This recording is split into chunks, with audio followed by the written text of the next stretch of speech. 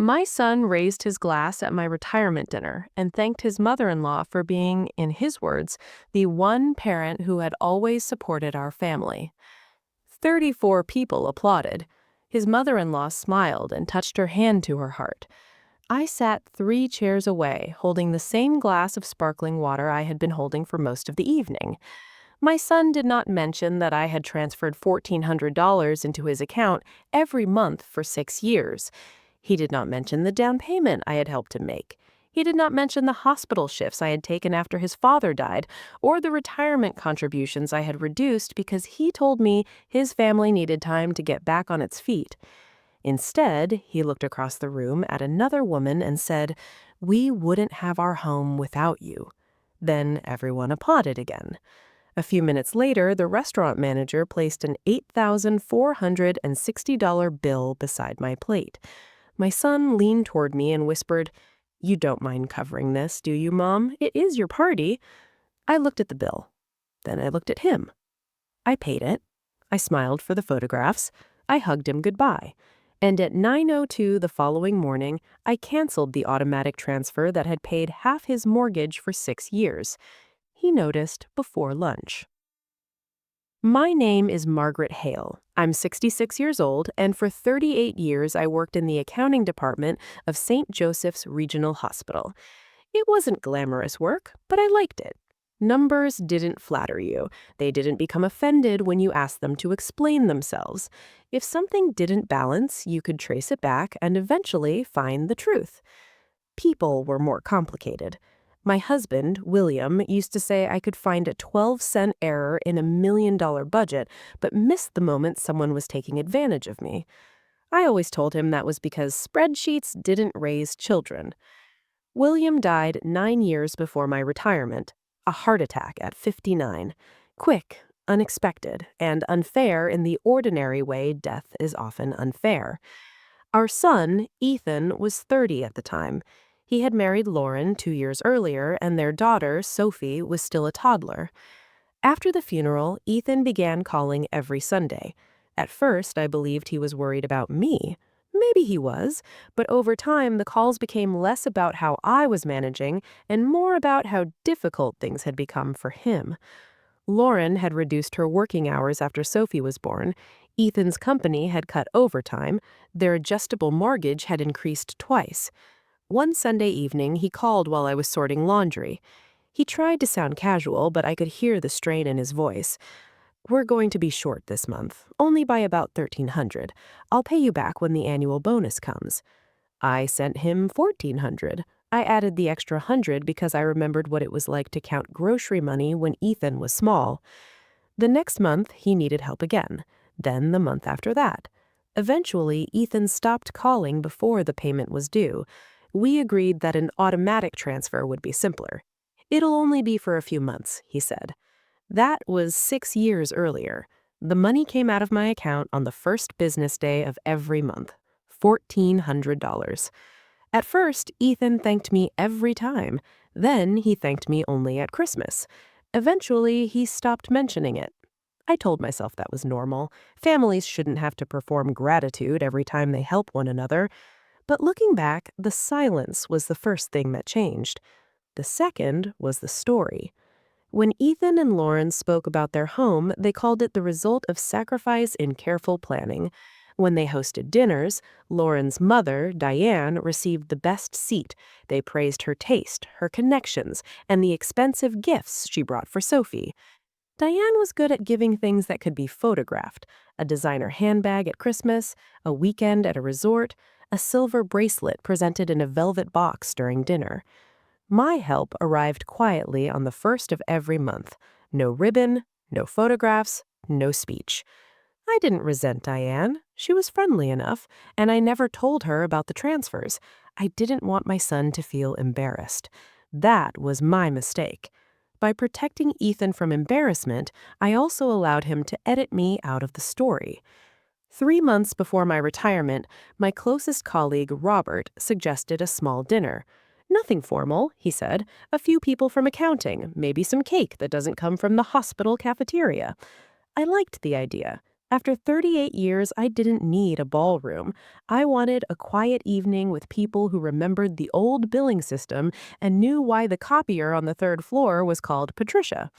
Then Ethan heard about it. "A small dinner?" he said. "Mom, you're retiring once. Let us do something proper." I told him not to spend money. He laughed. "You spent your whole life worrying about money. Let somebody celebrate you." There was a new restaurant downtown called Bellamy House.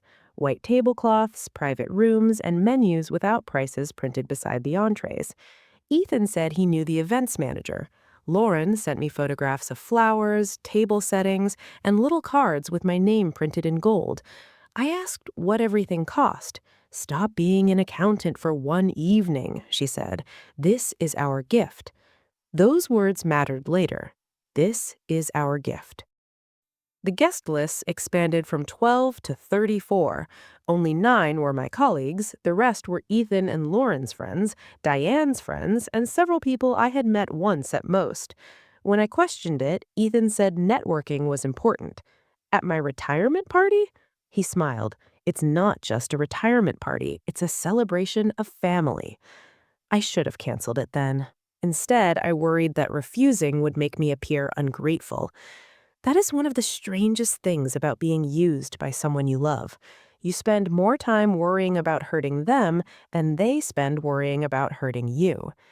The evening began pleasantly enough. Robert gave me a framed photograph of our department.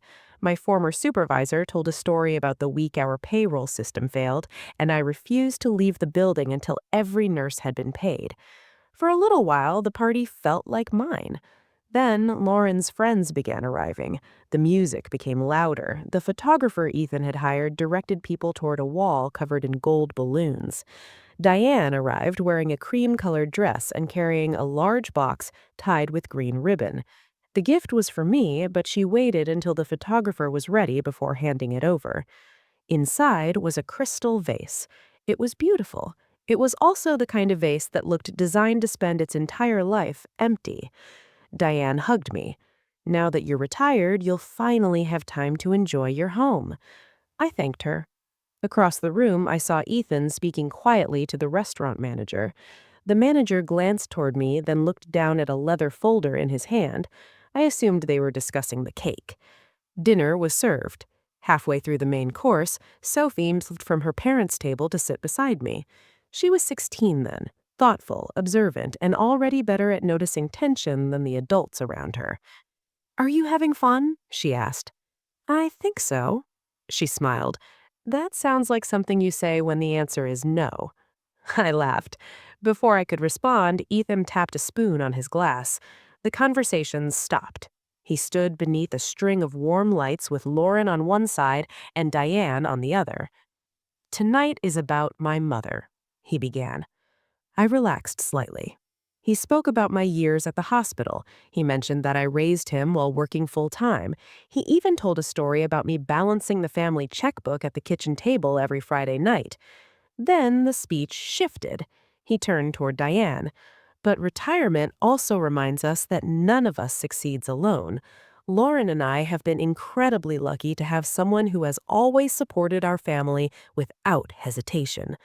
Diane looked surprised, but pleased. Ethan continued. "When we were struggling, she was there. When we needed stability, she was there. We wouldn't have the life or the home we have today without her." He lifted his glass. "To Diane, the one parent who never let us fall." The room erupted in applause. I didn't move. At first, I wondered if I had misunderstood him. Then Lauren kissed her mother's cheek. Diane wiped a tear from under one eye. Someone near the back said, "What a beautiful tribute." Robert looked across the room at me. He knew about the monthly transfers. Not the exact amount, but enough. His expression changed from confusion to anger. I looked down at my place setting. Beside my plate was a folded card with the words, "Margaret's Next Chapter." I turned it over. The back was blank. Sophie leaned closer. "Grandma, are you okay?" "Yes." It was an automatic answer, the same answer women my age have given for generations when the truth would inconvenience a room full of people. Ethan finished his speech by thanking everyone for coming. He did not toast me. A server brought out the cake. Lauren asked me to stand beside Diane for photographs. I smiled. Not because I had forgiven anything, because I'd spent 38 years in accounting and I'd learned never to react before I understood the full transaction. 20 minutes later, the restaurant manager approached my table. He carried the leather folder I had seen earlier. "Whenever you're ready, Miss Hale." I opened it. The total was $8,460. For a moment, I thought it was a mistake. "I believe this belongs to my son." The manager looked uncomfortable. "Mr. Hale said you were hosting the event." I turned toward Ethan. He was standing near the bar with two friends. When he noticed the folder, he excused himself and walked over. "What's wrong?" "The restaurant thinks I'm paying." He lowered his voice. "Could you cover it tonight? I'll explain later." "You told me this was your gift." "It is. I organized everything." "That isn't the same as paying for it." He glanced around to see whether anyone was listening. "Mom, please don't make this awkward." I looked at the bill again. The room charge, the meals, the photographer, the flowers, an open bar I had not requested. You invited most of these people. They came to celebrate you. I don't know half of them." His jaw tightened. "You have the money. You just retired." There are sentences that reveal more than the person speaking intended. You have the money.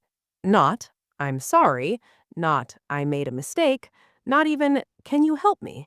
You have the money, as if the existence of my savings was permission to spend them.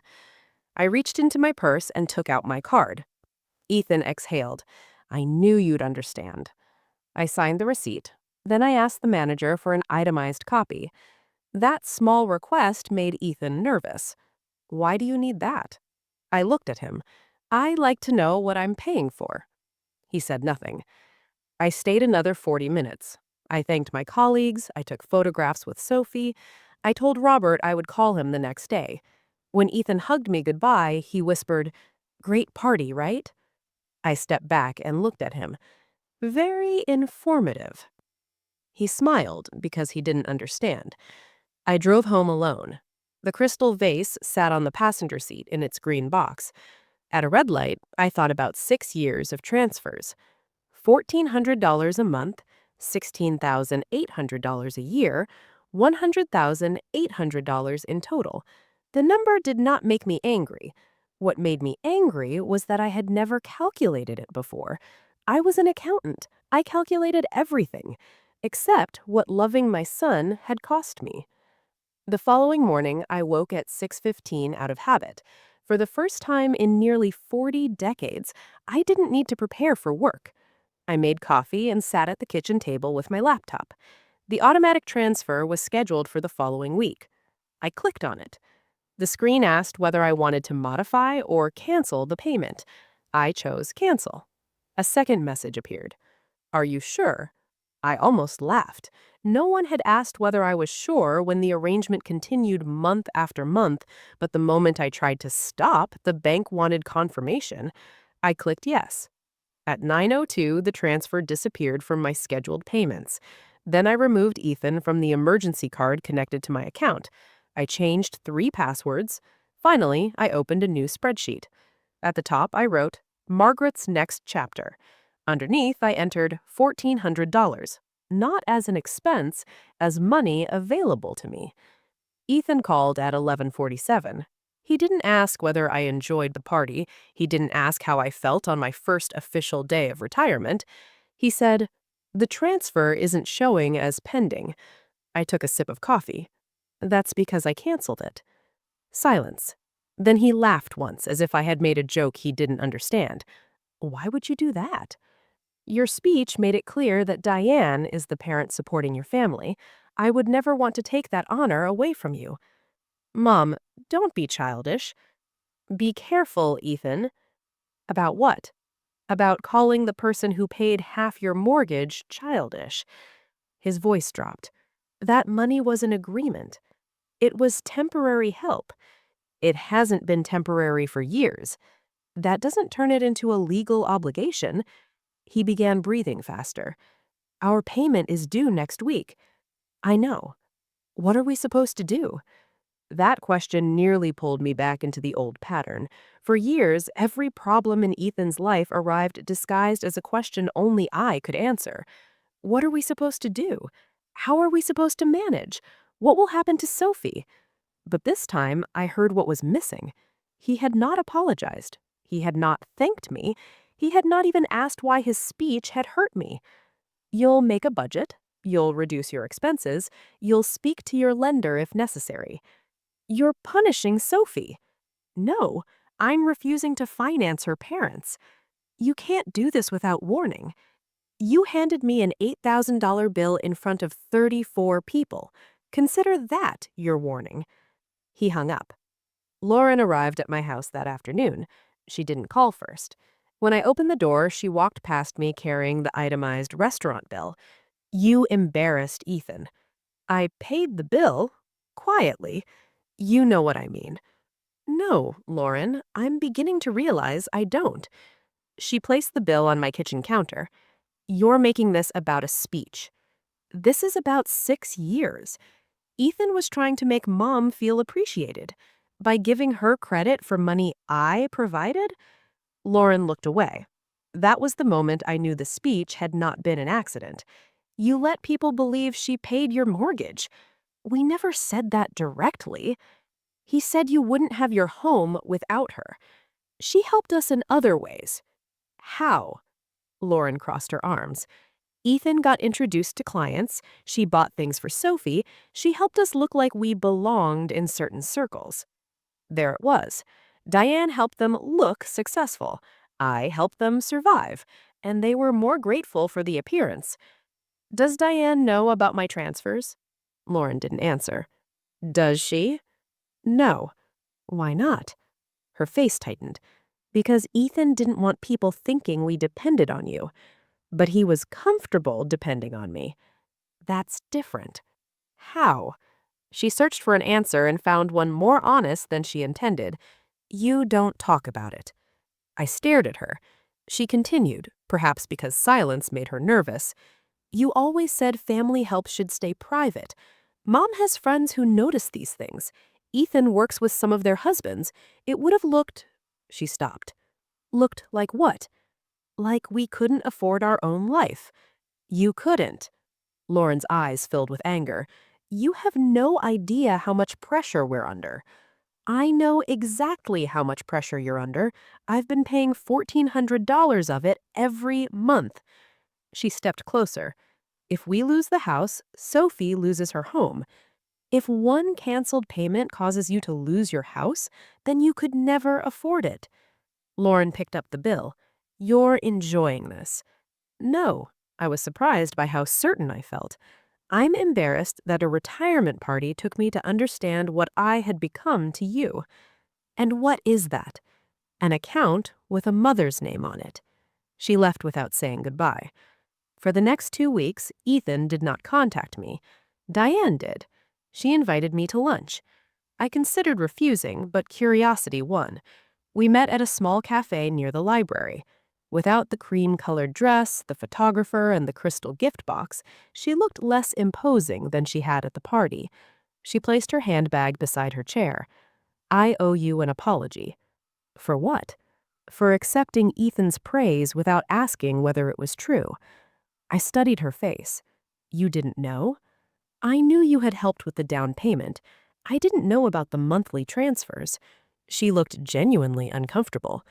I thought Ethan's company was doing much better than it is. Lauren told me they had paid off several debts. They probably did, with my money. Diane winced. I gave them gifts. I paid for Sophie's summer program last year, but I have never paid their mortgage. Did they ask? Yesterday. Despite myself, I smiled. What did you say? I said no. Why? Because they are 39 and 37.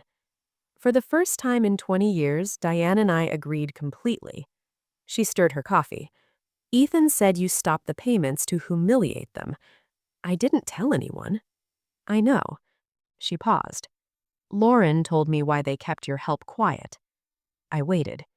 She said they thought my friends would judge them. And would they? Probably. Her honesty surprised me.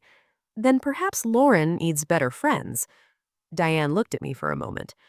Perhaps we both raised children who care too much about appearances. That lunch did not make us friends, but it corrected something important. Diane was not the villain in my story. She had simply been given a role Ethan needed her to play. A week later, Sophie came to my house after school. She stood on the porch with the framed photograph Robert had given me at the party. "Mom put this in a closet. I thought you should have it." I invited her inside. She placed the photograph on my table and sat down. "Are you and Dad fighting because of money?" "We're disagreeing about more than money." "Is it true you paid our mortgage?" "Part of it." "For how long?" "6 years." Her eyes widened. "Dad said you liked helping because you didn't have anything else to spend it on." That sentence hurt, but not because Sophie had said it. She was repeating what she was taught. "I had plenty of things to spend it on. I chose your family." She looked down at her hands. "Are we going to have to move?" "I don't know. That depends on your parents." "Dad says you're choosing a vacation over us." I almost defended myself. Then I realized I didn't need to. "I haven't booked a vacation." "But you could." "Yes." "Would you go somewhere good?" "I hope so." Sophie smiled slightly. "Grandpa always said he wanted to see the Oregon coast." I looked at her. "How do you know that?" "You told me when I was little." I had forgotten, not because my memory was failing, but because grief sometimes stores things in places we stop visiting. William and I had planned that trip twice. Both times, something else needed the money. A roof repair. Ethan's first year of college. Then life had run out before the reasons did. That evening, I opened my spreadsheet. Beside the $1,400, I wrote, Oregon. Ethan and Lauren did not lose their house. They sold Ethan's new truck and replaced it with a used sedan. Lauren increased her hours at work. They canceled a resort vacation and stopped ordering food several nights a week. In other words, they did what millions of adults do. They adjusted. 3 months after my retirement party, Ethan sent me a message. "I'm sorry you misunderstood what I meant in my speech." I read it twice. Then I replied, "When you can apologize without telling me what I misunderstood, we can talk." He did not answer. 2 weeks later, he tried again. "I'm sorry I gave Diane credit for support you provided. I'm also sorry I expected you to pay for the party without discussing it with you. I was ashamed that we still needed your help, and instead of changing our life, I hid the truth." That apology did not repair everything, but it was the first honest thing he had given me in a long time. We met for coffee. He looked tired, less polished, more like the boy who used to sit at my kitchen table after making a mistake at school. "I thought if the business grew, I could pay you back," he said. "I never asked you to pay me back." "I know. I asked you to respect what I was doing." He nodded. "I didn't." "No. Are you ever going to trust me again?" "Not with my credit card." He laughed by himself. So did I. It was not forgiveness, but it was the beginning of a conversation. I never restarted the transfer. The following spring, I traveled to Oregon with my sister. We stood on a cold beach beneath a gray sky while waves rolled over dark stones. It wasn't warm, glamorous, or suitable for photographs in a travel magazine. It was perfect. I brought a small photograph of William and carried it in my coat pocket. Sophie joined us for the final 4 days. I paid for her flight directly, not because Ethan asked, because I wanted her there.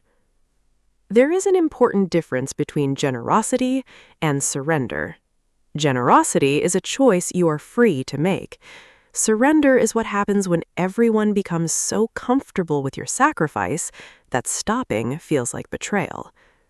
For 6 years, I believed the monthly transfer was helping my son.